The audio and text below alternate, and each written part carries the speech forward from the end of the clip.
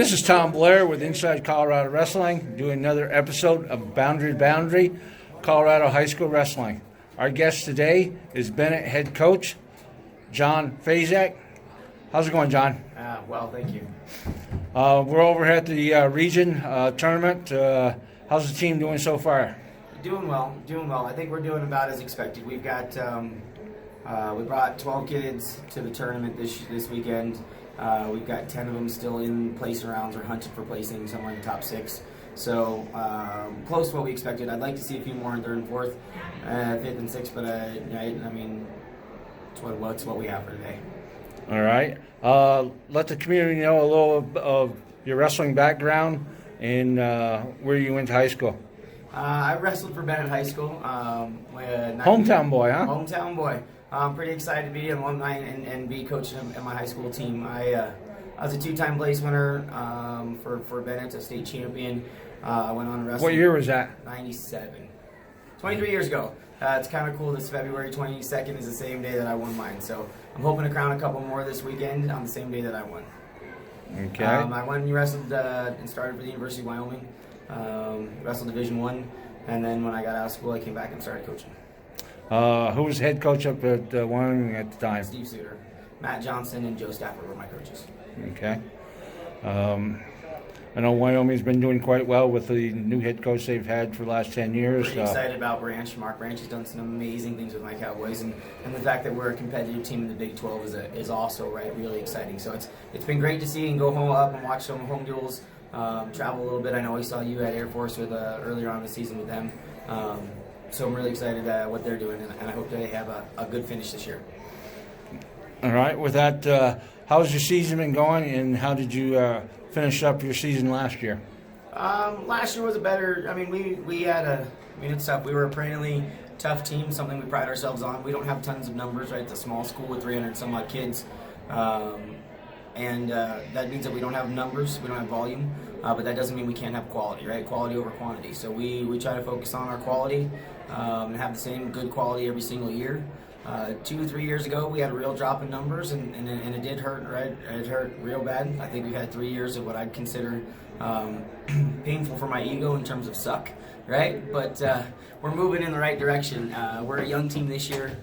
We have 2 seniors on our team. The rest of them are bulk of mine are freshmen and sophomores. So our season this year was a lot like this, up and down, up and down. We've gone to some tough tournaments, and every weekend everybody tells me that we did pretty good, but I haven't seen us have our best tournament yet, right? We still haven't had our best tournament. So I'm hoping that we can finish this last round strong, last 2 rounds strong, and then I'll be a little bit happier. But we're still a young team, and we're still growing.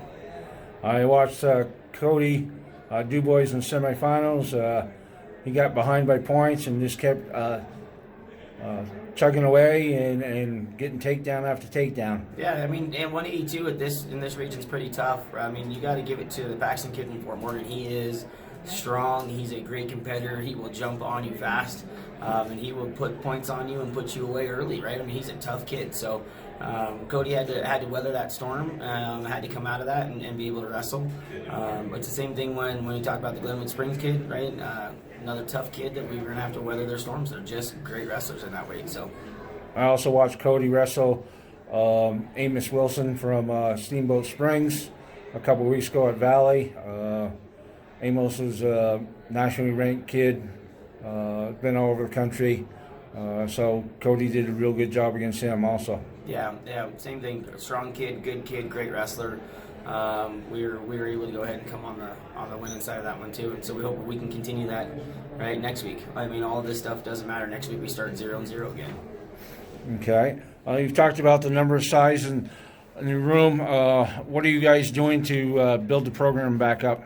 I don't think that's any secret, right? Like, we have to continue to have our youth program and our feeder program continue to put out good numbers. We have to continue to keep them in the middle school. I think every one of us suffers.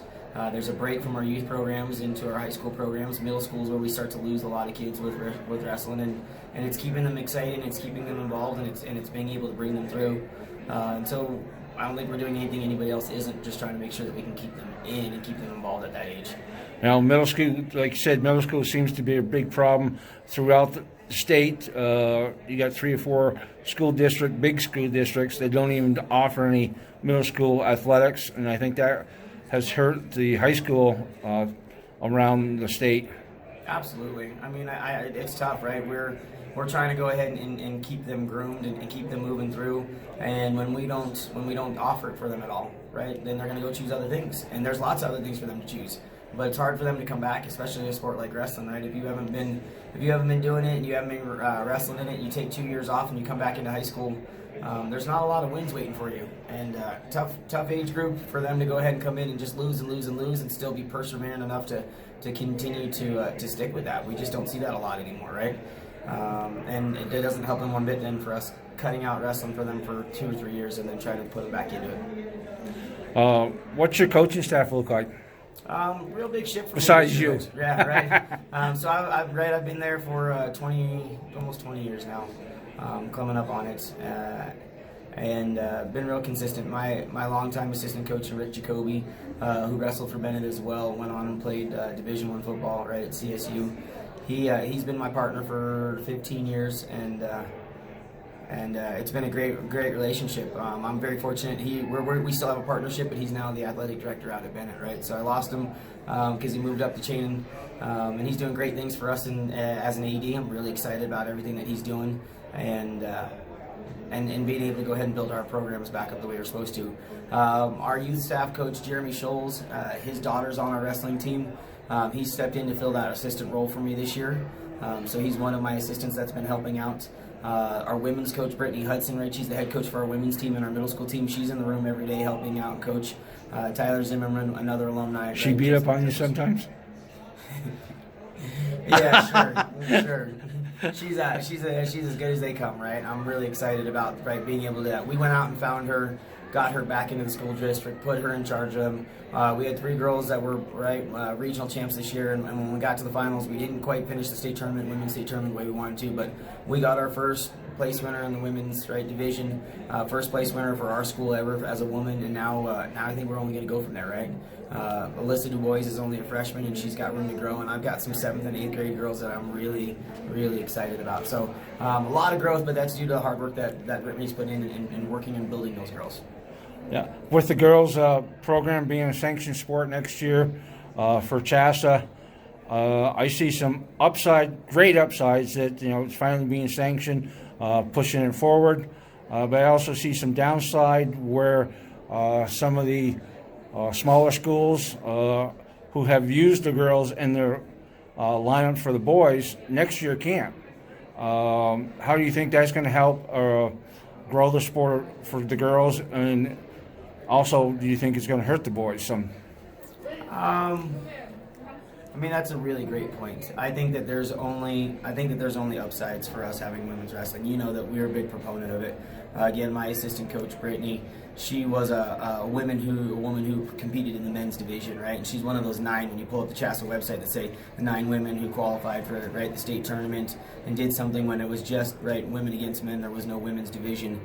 She did some amazing things and special stuff, and I think that's it's something to recognize. Women having their own division is going to, I think, ultimately drive more. We just have to be patient with it. And last year there was 100 and some odd girls, right, at the regional tournament, and this year there was 300. They had 600 girls registered. They only added 6 new schools, I think, this year, right, total that brought in wrestling, 6 new schools, but they added 300 girls this year. That's a big number, and it's going to continue to grow. The problem for us, right, in terms of wrestling, I think comes down to just weight classes. Right, the National Federation made that weight class change a few years ago. They told us that adding more upper weights was going to make the difference. Right, we're going to go ahead and fill out more matches, but track wrestling, the OPC, they've had to go ahead and post that 1/3 of all duels right now, 1/3 of all duels across the country are being forfeited. 1/3 of every duel. That's 4 matches in every duel. That's not just us in Colorado. That's everywhere across the country. And the reason why is because I don't think we have our weights set up in the right place. I think that's a big part of it. The second one is we've got to go ahead and make sure that we just keep wrestling it. The nice part about it is that you don't have to have 14 in order to compete. If you don't have 11 for football, you don't get to play, right? In wrestling, we're able to go ahead and continue to compete. And we just need to keep working on driving quality over quantity until our quality is good enough. Do you think National Federation should drop it down to 12 or 11 weight classes? I think that. I think that ultimately our first big one is to go ahead and get more light and middle weights, right? More light and middle weights. Be able to go ahead and pack them in where we have the bulk of our wrestlers anyway, right? When a kid's 6'2" and 215 pounds, he's already been told he's going to be a starter for college football, right? And they're making their move towards that more than they are making their move towards wrestling. Same thing with they're 6'6" and they're playing basketball. I think that we just need to be able to make sure that we put weights where we know we have weights. And you can look at the OPC again and say, hey, we have more kids in those middle weights than we do in the upper weights, and we just need to fill in that division.